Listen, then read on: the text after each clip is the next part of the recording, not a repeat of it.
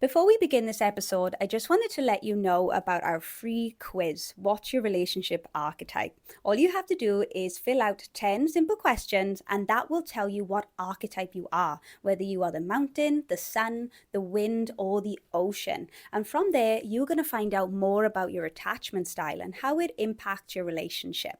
So all you have to do is go into the link in the show notes to get started. Oh, and don't forget to let me know what archetype you are. All right, let's get back to the episode. Welcome to the Relationship Rehab Podcast. I'm Sammy, a certified breakup and relationship coach, attachment specialist, former love addict, and spiritual junkie.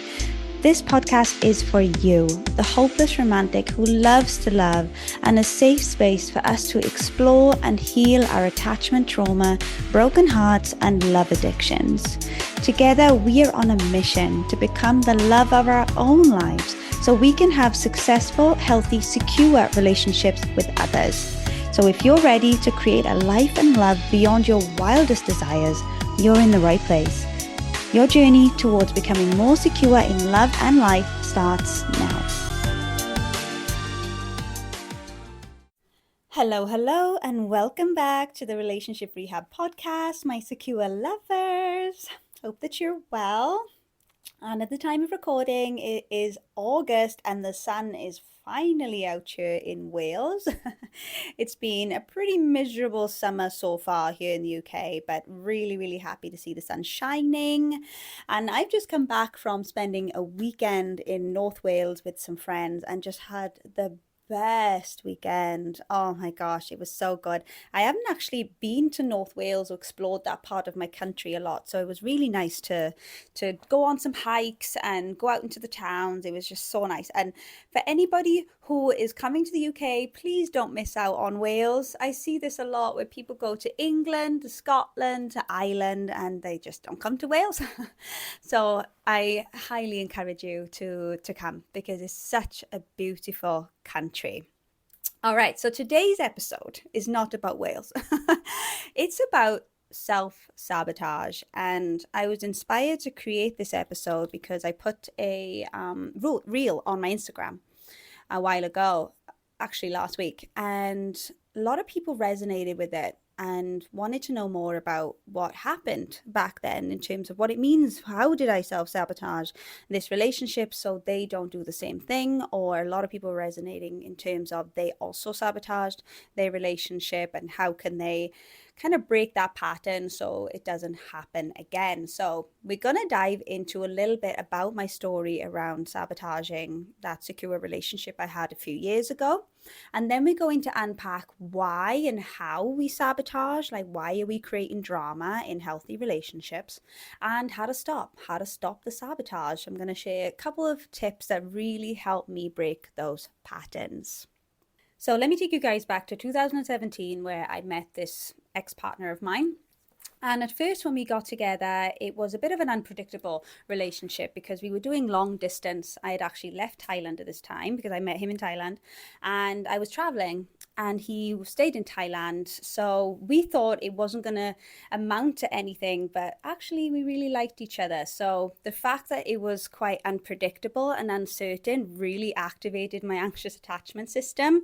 So that's what kind of got me attached and hooked in the first place. So the relationship in and of itself was not the healthiest or secure because it was just so uncertain that we were trying to figure out if we could even be together and what that looked like, even though we really wanted to. So that went on for a few months. And then when we decided to get into a serious relationship and be together, I quickly moved in with him in Bangkok.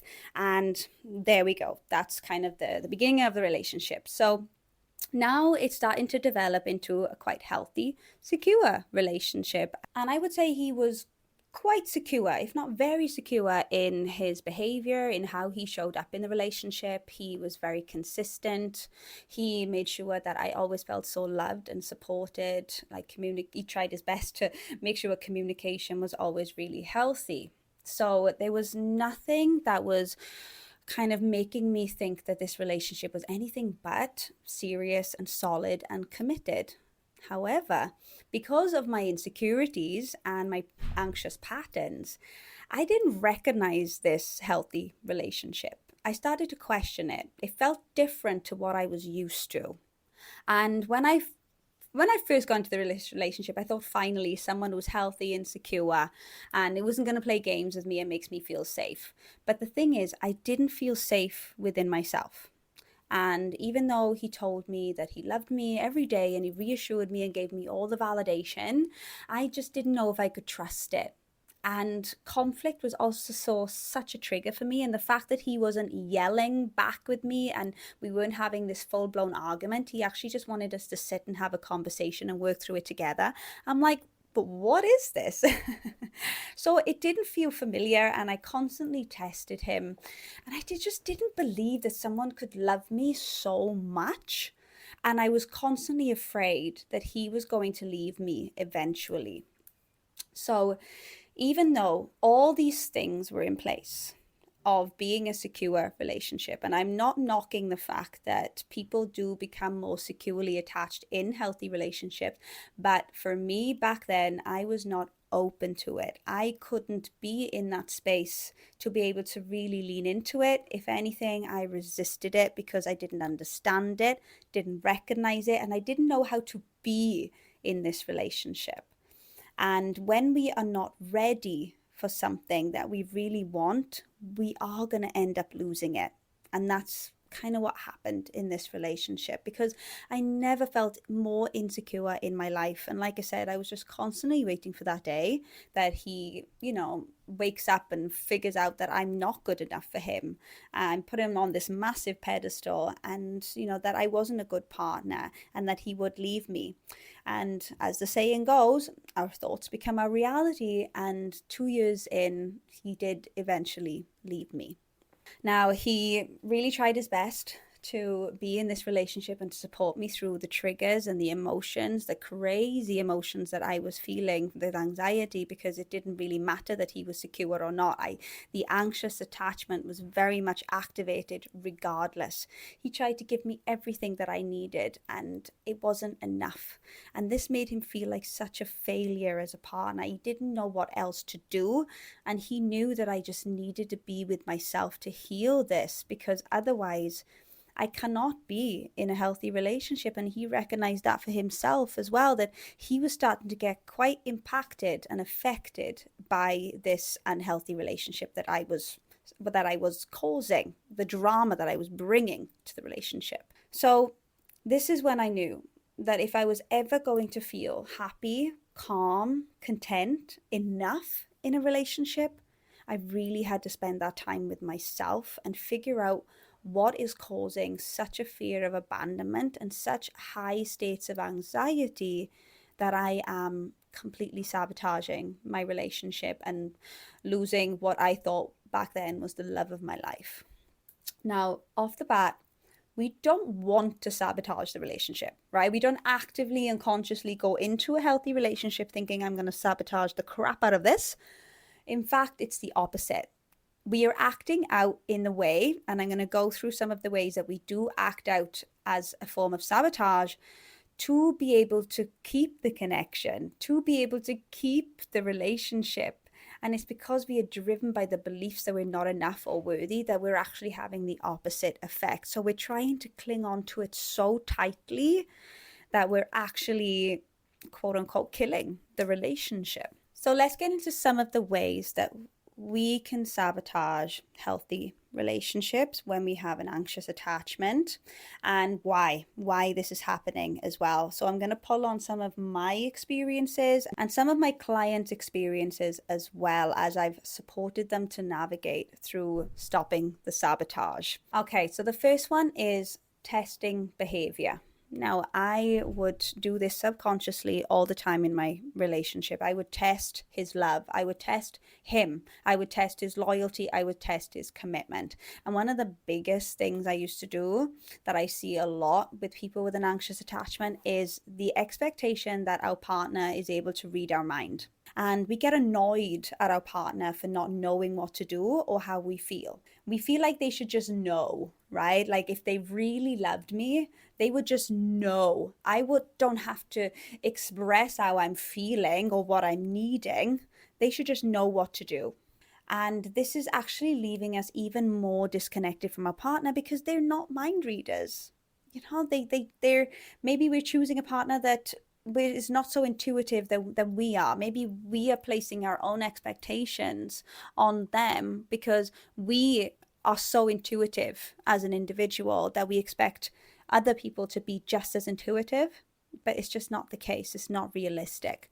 So when they don't know how to, soothe us or what we need, we kind of like make it mean that they don't even love us, that they don't really know us, and that they don't want to be able to know or meet us. And then we start to question whether this is our person. And a lot of this is driven by the media as well, when we are shown movies that, oh my gosh, a couple that is meant to be is supposed to finish each other's sentences and read each other's minds and be psychic in that way, but it's just not the reality. So instead, we need to communicate how we're feeling. But the thing is, and this is the kicker with anxious attachment, is sometimes we don't know how to communicate how we're feeling because we're so overwhelmed we cannot put it into words. And that's why it's so important to know how to self-soothe and regulate ourselves, because when our partner is coming to us and being like, what's wrong, what's the matter, it could even trigger us a little bit more, because if you don't know what's wrong or what's the matter, then I don't know. And the truth is that we just don't. So we need to be able to apply some reality to the situation and understand when we are being triggered and overwhelmed, to give ourselves that space, but to also give our partner the compassion that they probably don't know what's going on with us until we are able to communicate, and then they are able to support. I used to see this a lot when I was just be pissed off about something. Maybe he didn't do something, and I'm like, you should know why I'm pissed off. When really it was my responsibility to communicate that I am annoyed that he didn't do this certain thing, even though I asked him to. Instead, I just blew up and, made him feel even worse that he didn't know why I was blowing up. And these 6 words are the most disconnecting thing that you can ever say in a relationship, and that is, if you really loved me, you would. It can be a little bit manipulating when we say that, so be cautious about whether you are subconsciously inviting that statement into your relationships, because this is kind of giving our partner this discipline. If you really love me, you would just know what I'm needing in this moment. You should just know why I'm really angry right now. And it's making us even more disconnected from our partner.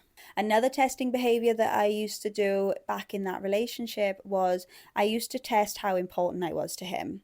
So if he said that he was going to go out with the boys, let's say he's just trying to drop this on me spontaneously, as he would sometimes. He's like, oh, so-so's in town, I think I'm gonna go out and meet him for a drink. So yeah, that's what I'm doing.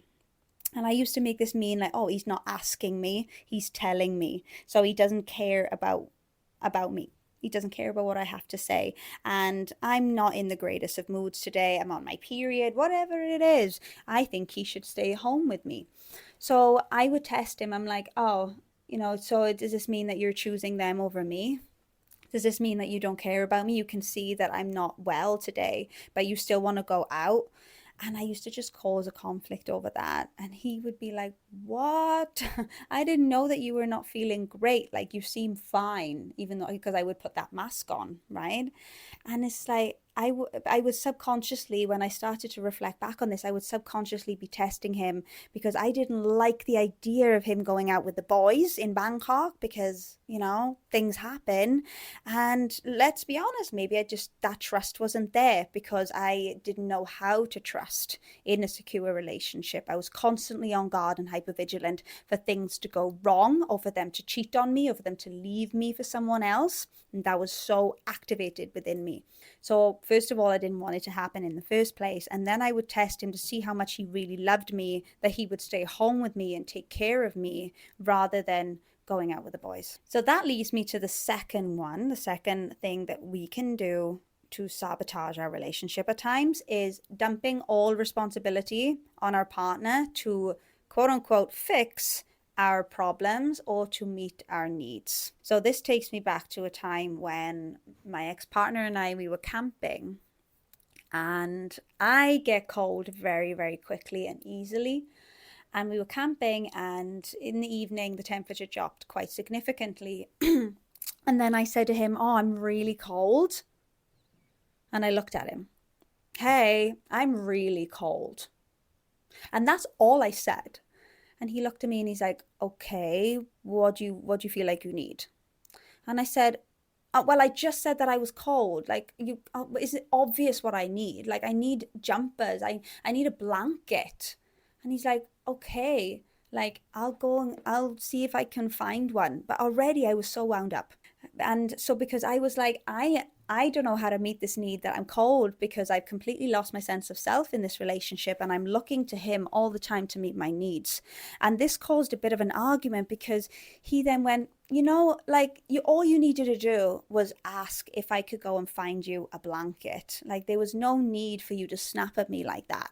And it just caused arguments, because I'm like, well, I told you I was cold. Like, it's obvious that I need a blanket. And it's crazy now I'm reflecting on it, because it's like being a child. That's what codependency is. It's like being a child and looking to your parent being like, "This is what I'm feeling. It's up to you to soothe me, to take care of that need." And when we do that to our partner, it's very disconnecting, first of all, but it's also can be very suffocating for the partner on the other side as well, because all of a sudden they feel this overwhelming responsibility, just like as if they had a child, to be able to meet all our needs. And maybe often they don't feel good enough, because we are always like criticizing them in a way that they are just not meeting our needs enough. And it's because we don't know how to meet our own needs.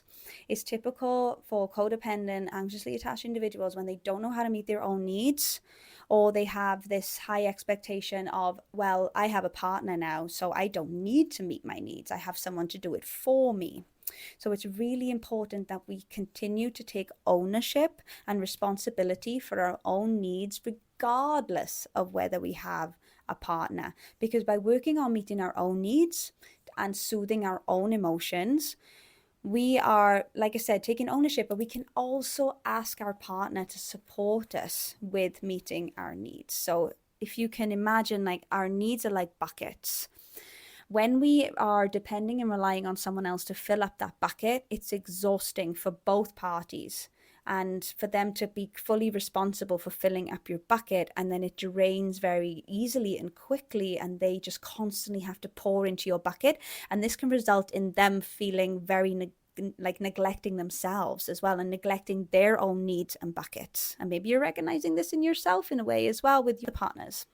So it's important that both parties fill up that bucket. So the third thing that we typically do when we self-sabotage secure relationships is something called confirmation bias. Now, this is one of the fundamental reasons why we unintentionally end up causing drama in our relationships, is because of this confirmation bias. And what that means is it's our tendency to seek out information that confirms our own existing subconscious beliefs, while dismissing or disregarding any evidence that contradicts them. So we're interpreting any kind of feedback that we have from the world, and we're recalling memories from our past, and we're even engaging in conversations that confirms our preconceived notions. For example, if you have a preconceived notion that this partner is going to leave you, like I did back then, and that you were going to be abandoned, you are going to be on hyper alert, finding out all the different ways that you can confirm that that is going to happen. It could be the smallest of thing, and then in your mind you make it a big thing. You make it like the catastrophe is about to happen, because we're always looking to subconsciously validate the beliefs that we hold about ourselves. And when we get evidence that we are not going to be abandoned, they're not going to leave us, like them telling us that, like, I'm not going to leave you. I'm not going to just, drop you and go for someone else. I'm not going to cheat on you. It just doesn't land, because it just causes that cognitive dissonance in our minds that, it just doesn't confirm the beliefs that we already have about ourselves and about this relationship. So we completely disregard it. Or maybe we're in a conversation with a friend of ours who's talking about their own experience of someone leaving them, and we get triggered by that, because it's like, oh my God, that's going to happen to me. So we're always looking to confirm our beliefs. And then this can cause drama and conflict in a way that we start to pick arguments over things that we think are happening to confirm that belief we think has been said when they actually haven't happened and hasn't been said. So have you ever had an interaction with a partner where you've caused an argument about something because you're so afraid that they're going to leave you? Like the night out example, you're gonna cause an argument with them about going on a night out because you're having this subconscious fear and belief that they are going to leave you for somebody else, when it actually hasn't happened. It is just our preconceived notion of what we believe to be true about relationships. And this, again, we're not going to go into anything deep on this conversation, but again, it just stems back to our childhood experiences, whether it was physical and emotional abandonment from our caregivers, or it could be from our past relationships. Maybe we did get cheated on. Maybe we did get rejected and abandoned in a past relationship. And until we heal those wounds from childhood, from past relationships, we are going to be transferring that into our current relationship, and they are just going to be keep playing on repeat. So that's when I realized that's where I needed to do the work in order to disrupt it, in order to heal it and make sure it doesn't come into any future relationships. Another example, before we move on to any other points of this cognitive bias, is like if you believe that your partner is not, giving you enough attention. If you believe that because your bucket for attention and validation is so big that what they're giving you right now are kind of like droplets, and you don't know how to give that to yourself, you are then going to start to notice and remember instances when your partner didn't offer support or didn't validate you in a way that you wanted or expected them to. It's a little bit like that psychology trick, if you've heard about it, when you really want something, and at the same time you might start to overlook or downplay occasions when your partner did provide support. And you might say like, oh, well, that's the least they can do, or that's the bare minimum.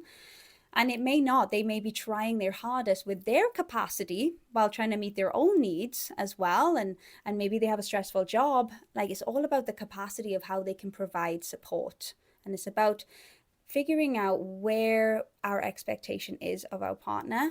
If our expectations at a level 9 is pretty high because we don't know how to give that to ourselves, but their capacity can only reach to a level 4, then we need to have that conversation with ourselves, whether this is something that we are okay with, whether we can come down a level by learning how to meet our own needs and by validating and seeing the ways that they are supporting us, or whether we leave the relationship. Otherwise, there's going to be a lot of frustration. And it can fuel resentment and conflict as well, because both partners are going to feel misunderstood, unfairly judged, and disconnected and not happy. So the fourth way that we subconsciously sabotage relationships is that we start to pick at flaws. And I'm going to address 2 different ways that we do this. So typically, and I say typically because we are not black and white humans, we are complex. There's a lot of gray areas in between. So you may recognize yourself in both boxes, shall we say, or in the alternative one. But typically, the more anxiously attached individual will start to pick at themselves, start to pick at any flaws or mistakes about themselves, and more avoidant attached individuals will start to pick at flaws from others, and the more fearful avoidant individual probably experience both.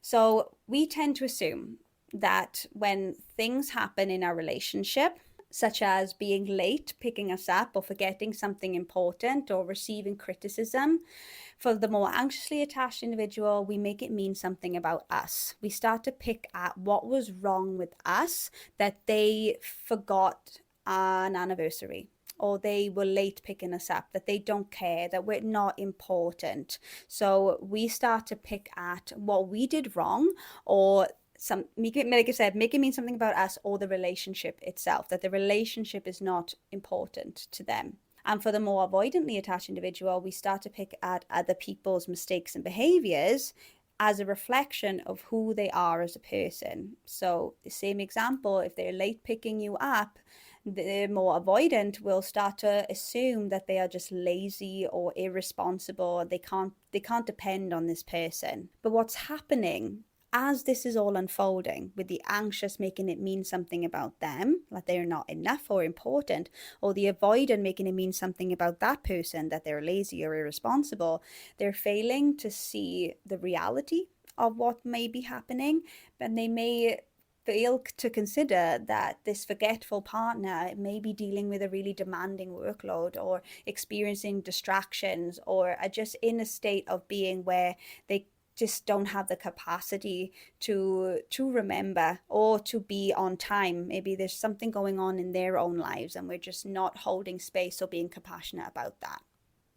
Or if you're having an argument with your partner, for example, and they raise their voice and they become really frustrated, the more anxiously attached person may make it mean something about them and get defensive, which is a trauma response as a protective mechanism.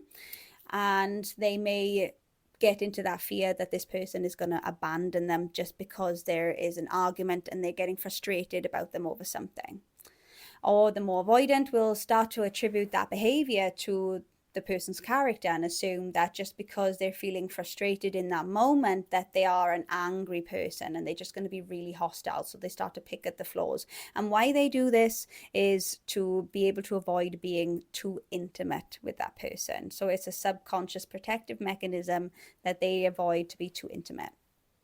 So in this example, they may be overlooking the fact that this frustrated partner has just had a really long, stressful day, or they received upsetting news, and that could be influencing their behavior. It's not anything to do with us, and it's not the fact that they are an angry person. This is just a physiological emotion that they are expressing due to something that could be upsetting them. But it can lead to that conflict. They could be labeled as angry or aggressive just because of this moment, and they may feel really misunderstood and judged as well. So typically how we sabotage ourselves when we are in conflict in a relationship is the more anxiously attached will start to go into those beliefs that they have about themselves, that they are not enough, and then they are getting defensive as a protective mechanism. My God, the mask is dropping, that they are seeing that I'm not this perfect person, and they may get defensive. And then that leads to feelings of guilt that they can't do something right, or they can't be more secure or be less anxious. And then they look at their partner for reassurance to make you feel better and to make sure that, you're not going to leave me because I'm not perfect. And then that leads to guilt as well, because you feel guilty about wanting your partner to relieve you of guilt, and it is just a spiral. So anxious people tend to take things very personally when it comes to conflict, and they're very hypervigilant because that fear of abandonment is activated. The way that avoidant sabotage in conflict is that they start to question the relationship and whether that partner is right for them, and how the avoidant will start to subconsciously sabotage a relationship during conflict is that they'll start to question the relationship.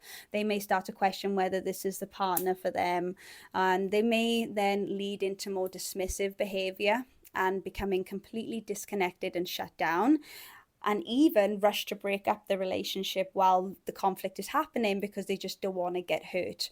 With the more fearful avoidant, you may see this belief unfolding of, I'm going to reject you, I'm going to hurt you before you can hurt me. And then the last way that we can typically subconsciously sabotage ourselves is through subconscious familiarity and perceptions, and like distorted perceptions that we have about relationships.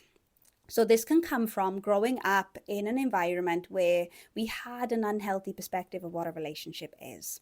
So for me, I grew up in a household where there was a lot of conflict, a lot of arguments, a lot of screaming at each other, a lot of yelling. I grew up thinking that that is what is supposed to happen in a relationship because you have been shown no different. So I went into my own relationships thinking that that was just a normal part, that you are supposed to scream and yell and throw things and, attack each other and score one up on each other. And it wasn't until this secure relationship that he would look at me in this state and be like, what's happening right now? I don't understand why we can't have a conversation about this. We don't need to be yelling. You don't need to be throwing things. Can we just calm down? And of course that would trigger me. But this is just how I knew how to be in a relationship. I didn't know what it meant to be in a healthy relationship. So it doesn't feel familiar, and we will start to cause drama and chaos in a relationship because then that feels familiar.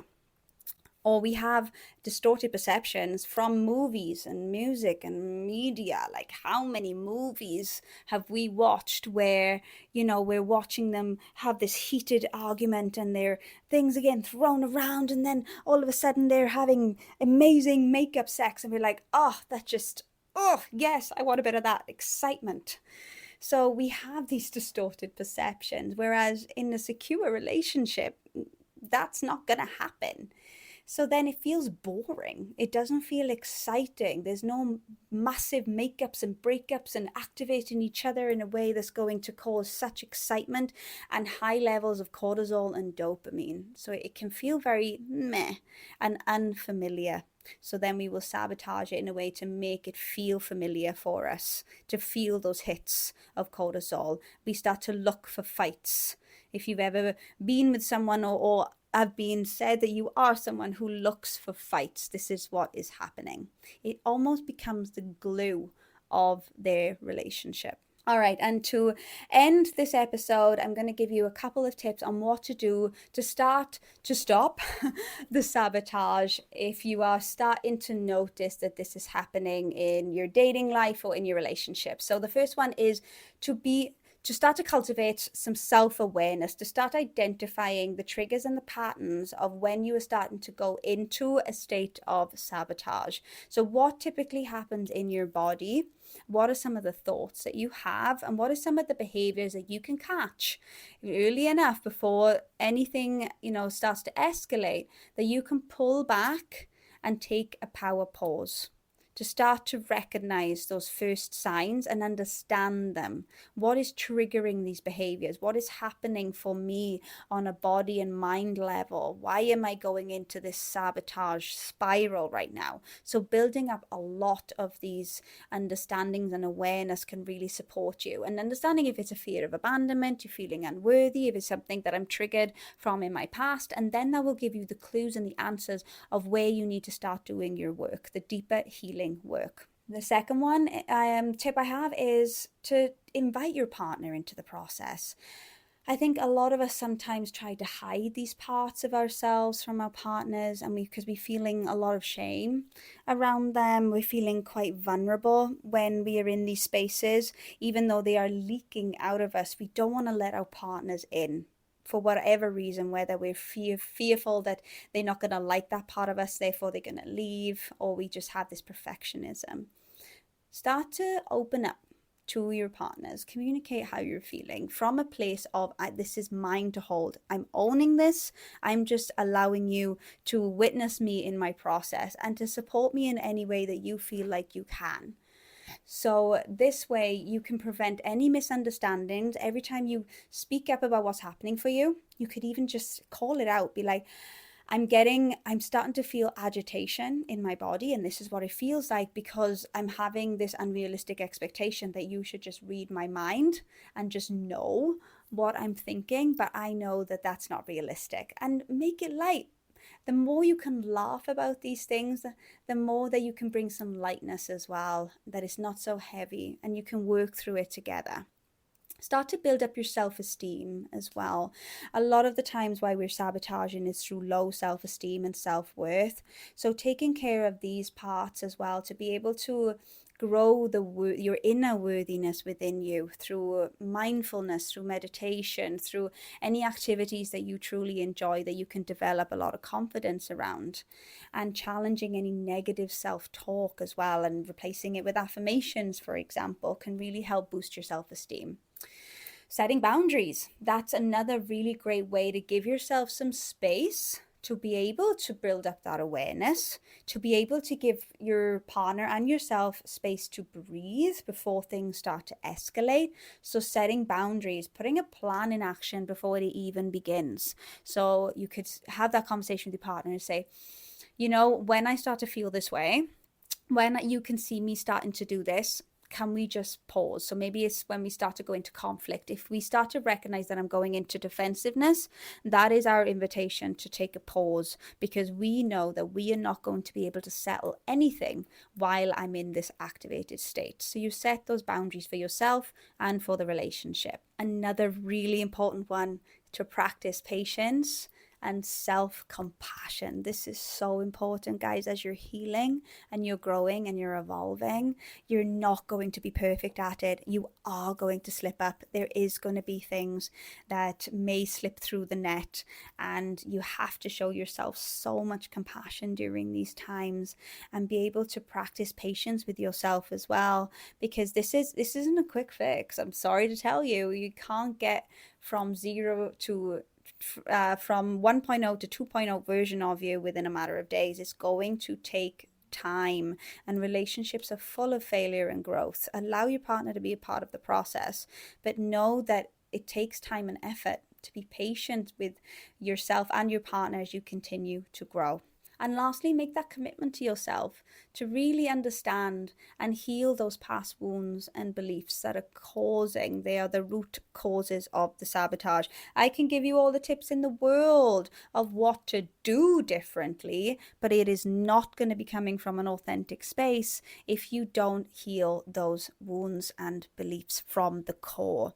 So make that commitment, whether it's time, energy, finances, to be able to work with a mental health professional, with a coach, or to be able to invest in something that's going to really support your journey. So that is it for this episode, all about sabotaging relationships. I hope that it was super helpful in understanding maybe anything that you have sabotaged in the past, or maybe you're in a relationship right now that you're afraid of sabotaging. If you want to reach out and have some further support, know that my DMs are always open for you guys, and we can start that healing journey together. Just reach out, let me know that you've listened to this episode and that you're interested in exploring other options of how you can do that with me. All right, guys, lots of love. And as always, just make sure you share this with anybody who needs to hear this episode right now. And I would love it if you could rate the episode on the streaming platform of your choice to make sure that this content reaches more people and makes more of an impact on this world. Sending you so much love, and I'll see you in the next episode. Thank you so much for joining me on the Relationship Rehab podcast. I hope that this episode has supported you in healing, growing, and evolving out of insecure attachment and unhealthy relationship patterns and into safe, authentic love with yourself and others. If you enjoyed the episode, it would mean the absolute world to me if you would just take a second to rate and review this podcast. Every rating and review from you guys counts, as it really helps this podcast to grow so it can reach more people who need to hear this content. And don't forget to connect with me on social media. Take a screenshot of this podcast episode, share it on your IG stories, and tag me at the.relationship.rehab with your biggest takeaway from the episode. I really do love reading them. See you back here next week for another episode on the Relationship Rehab podcast.